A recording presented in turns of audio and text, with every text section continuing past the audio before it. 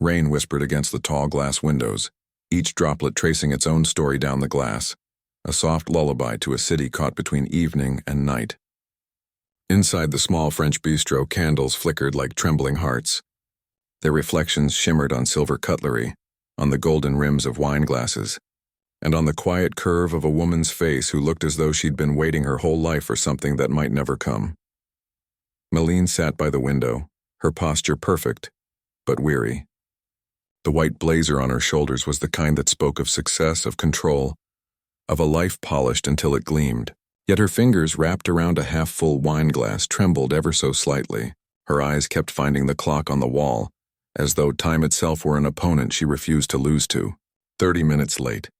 The rain outside blurred her reflection, making it seem like another woman was watching her from the other side of the glass. One who looked more honest, more tired, more real. Her friend's voice replayed in her mind like a song she couldn't turn off. "He works in finance, Malene. Gray coat, good job, good family. He's perfect for you. Just one date. Just try." So she had tried. She'd ordered wine she didn't want, put on lipstick she didn't need, and waited. The door chimed softly. She looked up. A man stepped in from the rain. His clothes were soaked, the navy uniform clinging to his shoulders. The patch on his chest read one simple word: Luke. In his hands, wrapped in old newspaper, was a small bouquet of wildflowers, yellow, violet, white, damp but stubbornly alive. He paused, scanning the room, uncertain. He didn't belong here. The waiters wore pressed shirts and sharp manners. The guests dressed in designer discretion. Luke, with his calloused hands and tired eyes, looked like someone who'd stumbled through the wrong door, and yet fate, ever mischievous, decided otherwise. A young waiter, nervous and new, approached him. "Sir, your party is here." "This way, please," Luke blinked. But the waiter was already leading him through the maze of tables. Malene straightened as the stranger approached. He hesitated once, then sat across from her, setting the bouquet on the table as if it might anchor him. For a moment, silence hung between them, thick and strange. The sound of the rain filled the space the wrong man had just entered. Malene finally said softly, "I think you've got the wrong table." Luke's eyes widened. Oh no. "I'm so sorry, I thought..." Someone said. He stumbled over his words, nearly knocking his knee into the table as he stood. "Honestly, I was just trying to stay out of the rain." Something about his voice, honest, nervous, painfully human, made her pause. She looked at him more closely. The soaked sleeves, the bouquet clutched like a peace offering, the uncertain smile, the kind of man who didn't fit in polished places but made them better simply by existing in them. She smiled. Not the kind she gave at board meetings or charity galas, but one that started small and bloomed like warmth through winter. "Wait," she said. He froze. "You're not the man I was supposed to meet," he swallowed. "I figured." She looked at the empty chair across from her, then at the flowers wilting slightly between them. "Still," she said, meeting his eyes, "I hope you don't leave." Something changed in the air, something fragile and unspoken. The pianist at the far end shifted keys, his melody turning slow and tender, as if he, too, understood that two strangers had just stepped quietly into something they didn't yet have words for. A waiter passed, hesitating at their table. Malene raised her hand slightly. "Would you like to order something?" she asked Luke gently. He hesitated. "No, I don't want to..." "Please," she interrupted softly. "Think of it as payment for being accidentally seated." He laughed quietly, defeated by kindness. "All right. Soup and some bread if they have it." The waiter nodded and disappeared. Luke peeled off his thin, fraying gloves and set them carefully on the edge of the table. His hands looked rough, the kind that had known heavy work and colder nights. They didn't belong among the polished forks and folded linen, yet somehow they fit. They spoke about the storm at first, small, meaningless words meant to fill silence. But silence between two people like this had its own kind of rhythm. It began to breathe. Malene's eyes drifted to the bouquet. "So, the flowers?" Luke smiled faintly, almost shy. "My daughter picked them. Said I should give them to someone kind." Her laugh was quiet, surprised. Without ceremony, she lifted the wildflowers and placed them in her water glass. The petals brushed against the rim, imperfect but alive. "They look better there," she said. He watched her for a moment, something soft flickering across his face. Her name's Ava, 6 years old. Thinks pink dress is her battle armor and refuses to eat pancakes unless there's strawberry. Malene grinned. She sounds like a handful. She is, he said proudly. She has a stuffed bear named Sir Muffin. He runs her kingdom. She laughed again, a sound so sudden and genuine that heads turned from nearby tables. Her shoulders, once tense, relaxed. I like that. He stirred his soup when it arrived, steam rising between them. Last winter, the power went out. We built a fake fireplace with candles and read fairy tales in a blanket fort. She thought it was magic. Her eyes softened, the reflection of candlelight catching in them. You make it sound like it was? He smiled without looking up. Maybe it was. Outside, lightning flickered faintly behind the rain, and in that flicker a man in a gray coat appeared at the restaurant's glass door. He paused, glancing through the window. From where he stood, it looked like Malene was already deep in conversation. Her laughter glowed under the candlelight. The bouquet of wildflowers stood proudly between them. The man in the gray coat took a breath, stepped back, then turned away into the rain. Inside, Malene leaned forward, her voice quiet, trembling slightly. I was engaged once. Luke's spoon stilled midair. We had just signed the papers for our new house, she continued, eyes distant. He was gone before we moved in. Car accident. I never even unpacked the boxes. She tried to smile, but it broke halfway. Luke reached for a napkin, folded it, and handed it to her wordlessly. I didn't think anyone could understand that kind of loss, she whispered. Not until tonight. For a while they said nothing. The piano played on, low and slow. When the check came, neither reached for it. They lingered, not for the meal, but for the moment. For the first time that evening, Malene wasn't waiting anymore. She was present. And Luke, the wrong man at the wrong table, somehow felt like the only one who was ever meant to sit there. The next morning came dressed in sunlight and exhaustion. Malene woke to the faint hum of the city, the kind that never really slept but pretended to. Her blazer hung neatly on the chair where she had left it the night before. The scent of rain still lingered faintly in the air, mixed with the memory of laughter she hadn't expected to find. She stared at her reflection in the mirror.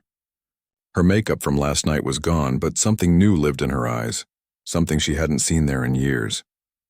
A softness, a question, a tiny, reckless spark of curiosity about a man named Luke who didn't belong to her world. She brushed it away with a sigh, whispering to her reflection, it was just a dinner. But it hadn't been. It had been something else, something real enough to haunt the quiet corners of her thoughts all morning as she walked into her office. The tall glass building greeted her like a monument to ambition. Inside, everything was precise. White marble floors, mirrored elevators, and the crisp click of heels against tile. Her assistant greeted her with a stack of files, her voice quick and polite. You've got 3 meetings before lunch, Miss Kingsley. Malene nodded, slipping into her old rhythm, the controlled smile, the decisive tone, the confidence that felt like armor. Yet beneath it all, a whisper tugged at her, one that smelled faintly of wildflowers and rain. By noon, she was drained. She decided to take a walk. The city outside pulsed with life. Taxis honking, strangers laughing, the wind carrying the scent of roasted chestnuts and coffee. As she crossed the street, she almost didn't notice the small pair of hands tugging at her sleeve. Excuse me, ma'am? She looked down. A little girl with tangled hair and bright brown eyes stood there, clutching a pink teddy bear with one missing button eye. Her raincoat was too big, her shoes too small, but her smile was wide enough to light 1,000 gray skies. Sir Muffin says you dropped this, the girl said seriously, holding out a wildflower, one of the same kind Luke had brought to the restaurant. Malene froze, the world suddenly narrowing around that tiny blossom. Where did you? A familiar voice called from a few feet away. Ava, don't run off like that. Luke appeared, breathless, holding 2 paper bags that smelled faintly of soup and cinnamon rolls. When he saw Malene, he stopped dead in his tracks. For a long moment, neither spoke. The city blurred around them, the rush of people, the noise of traffic, the flicker of sun through buildings. Finally, Luke smiled awkwardly. You again? Malene found herself smiling back, her heartbeat skipping. Seems like you have a habit of showing up uninvited. Ava grinned, tugging her father's sleeve. Daddy, she's the lady from the restaurant. He laughed. The very same. Ava looked up at Malene with the kind of innocence that could melt the hardest heart. You made Daddy laugh last night. He doesn't do that much. Maline's throat tightened. She crouched down so she could look the girl in the eyes. Then I must have done something right. Ava giggled and offered the pink teddy bear for inspection. This is Sir Muffin. He protects me from monsters. Well, Maline said softly, he must be very good at his job. Ava nodded solemnly. The best. Luke watched them, something tender in his gaze. For years he had lived in the quiet aftermath of loss, raising Ava one day at a time, never daring to imagine anyone stepping into their little world. Yet here she was, a woman from a life so different, kneeling on the sidewalk talking to his daughter as though she belonged there. Maline stood, brushing invisible dust from her skirt. You work around here? Maintenance, he said. The building across the street. The elevators mostly, she smiled. I guess we're neighbors. He laughed, scratching the back of his neck. Guess so. Ava tugged at his hand. Daddy, can we have lunch with her? Luke froze, flustered. Ava, Maline cut in, her voice gentle. I'd like that. They ended up at a small cafe tucked between two bookstores, the kind of place that smelled like coffee and old paper. Ava sat between them, dunking her cookies into warm milk and explaining her grand plan to teach her teddy bear karate. Luke watched her with quiet pride. Maline watched them both, her heart catching on the simplicity of it all. You two seem close, she said softly. Luke nodded. When you lose someone, you learn to hold tighter to what's left. She understood that all too well. Ava looked between them, oblivious to the heaviness in their words. Daddy, can we invite her to movie night? Maline blinked. Movie night? Luke chuckled. Friday tradition. Popcorn, blankets, and whatever movie Ava chooses. Usually princesses, Ava said proudly, but sometimes superheroes.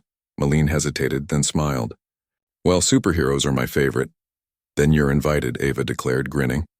Luke's eyes met Maline's, uncertain but hopeful. You don't have to, you know.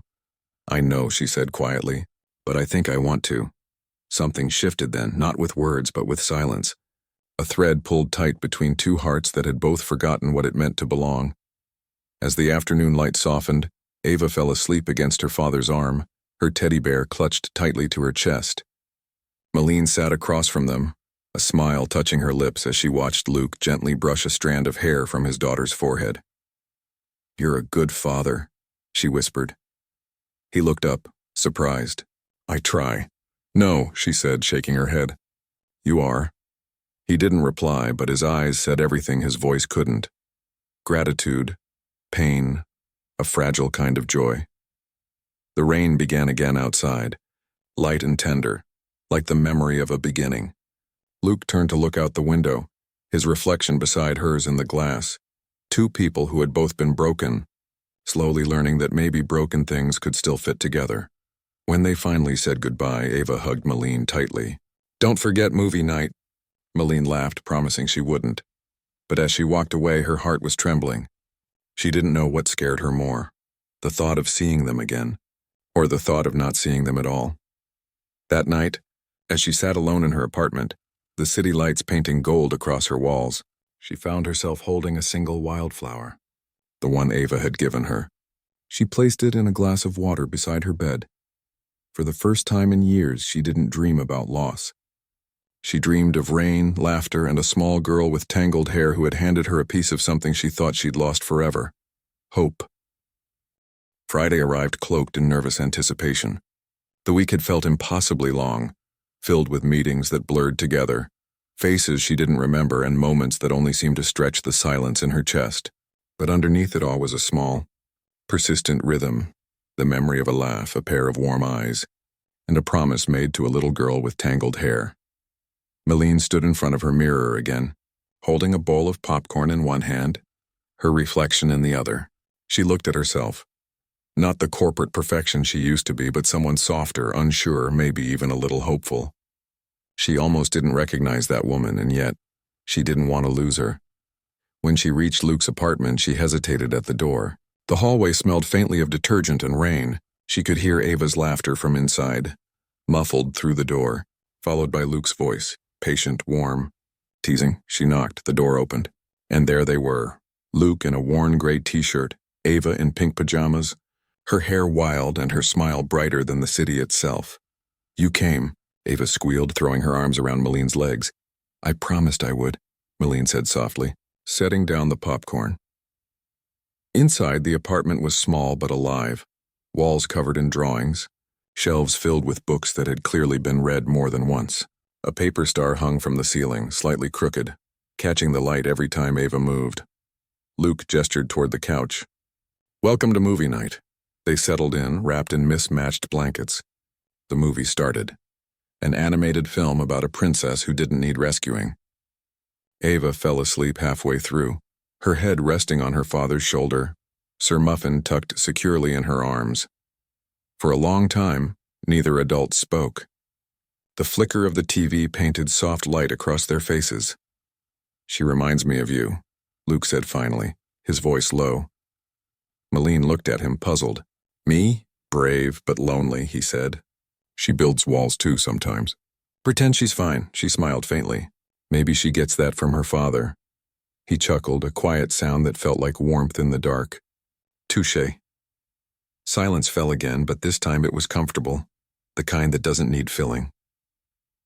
After a while, Luke spoke again. You ever think about what it would be like to start over?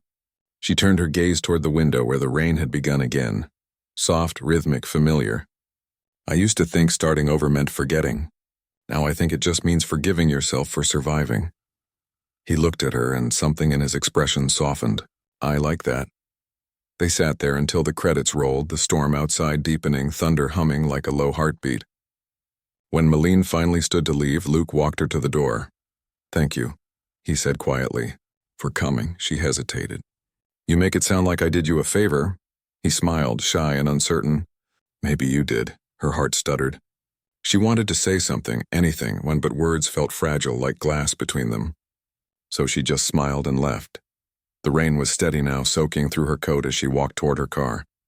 She didn't see the figure waiting at the corner until it was too late. A man with a gray coat and an expression that stopped her cold. Her ex-fiancé. Maline, he said, voice sharp against the rain. You've been ignoring my calls, she froze. What are you doing here? He stepped closer, anger and desperation blending in his eyes. You moved on? Already, with that guy? That janitor? Her breath caught. You don't get to do this, he scoffed. After everything we had? What we had ended the day you left me to bury my own grief alone? She said, voice trembling but firm. Don't you dare judge what I've found since. His face darkened. You think he can give you the life you deserve? She stared at him for a long moment, rain dripping from her lashes. Maybe he can give me something better. Peace. For a second, neither moved. Then she turned and walked away, her heels splashing through puddles, her breath shaky but steady. She didn't notice Luke standing under the awning across the street, frozen. He'd come outside to give her an umbrella, but what he'd heard, what he'd seen, was enough to twist something inside him. He watched her walk away from the other man, but the doubt had already taken root. He didn't call out. He just watched. The next day she waited for him at the cafe. He didn't come. Neither did the next. Or the next. By the fourth day she told herself it was for the best. People like them from different worlds, different scars, and maybe they weren't meant to fit. But that didn't stop her from walking past the cafe window, hoping. A week passed before she saw him again. It was raining, again, the kind of rain that carries memory in every drop. She was crossing the street when she heard someone shout her name. Maline! She turned, startled. Luke stood at the corner, soaked, holding something in his hands, a bouquet of wildflowers. He crossed the street too fast, nearly slipping, but he didn't stop until he was standing right in front of her. Breathing hard, I'm sorry, he said, his voice breaking. I thought you went back to him. I shouldn't have. I should have just trusted what I felt. She blinked back tears. You saw us? He nodded, rain streaking down his face. And I was stupid enough to walk away. For a heartbeat, neither spoke. Then she stepped closer, the space between them disappearing like breath on glass. I told him he was wrong, she whispered. About everything. Luke's hands tightened around the flowers. And what do you think? She smiled through her tears. I think I've been waiting for the wrong kind of love. The kind that's shiny and perfect and impossible. And then you showed up, dripping wet, holding wildflowers wrapped in newspaper, and I realized I didn't want perfect. I wanted real. He exhaled shakily. Real's all I have. That's all I need, she said. He laughed softly, relief breaking across his face. The rain fell harder, but neither of them moved. When he kissed her, it wasn't cinematic in the way love stories promise. It was clumsy, soaked, trembling. But it was honest. It was alive. It was two broken people finally finding the missing piece of themselves in someone else's heartbeat. Ava's voice called from the doorway of a nearby shop, giggling as she held Sir Muffin. Daddy, you're all wet. Luke pulled back, laughing. Guess I am. Malene knelt beside Ava, brushing a wet strand from her face. He's terrible at staying dry, isn't he? Ava grinned. He always forgets his umbrella. Malene looked up at Luke, her smile soft and certain. Then maybe I'll remind him. The storm raged on, but somehow it felt like the world had quieted. The three of them stood there, a man, a woman, and a little girl. And for the first time in what felt like forever, none of them were waiting for something better. They had already found it, and as the city lights shimmered through the rain, a single wildflower fell from Luke's bouquet and landed in a puddle at their feet. Malene bent down, picked it up gently, and whispered, almost to herself, this time I won't let it go.